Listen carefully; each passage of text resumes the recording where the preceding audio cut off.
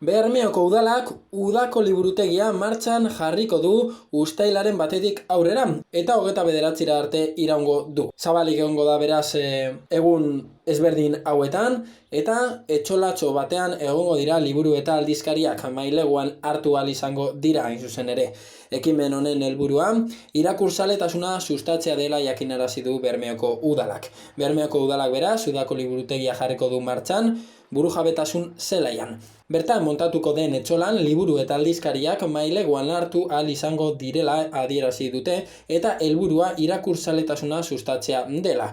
Alasne Zumetak, Bermeoko kultura zinegotziak adierazi du euren helburua jendeak udako egunak irakurtzeko ere erabiltzea da. Hondartza edo zelaia irakurtzeko toki paregabeak direla adierazi du. Eta uste dute, lehen aldiz martxan jarri duten ekimen honek oso harrera ona izango duela. Bertan dagoen materiala edo zein bermeotarrek hartu ahal izango duela adierazi dute, eta liburuko bazkide ez denak ere bertan bazkide egiteko aukera izango duela. Beharrezko paperak bete, liburutegira eraman eta zerbitzua erabili ahal izango du.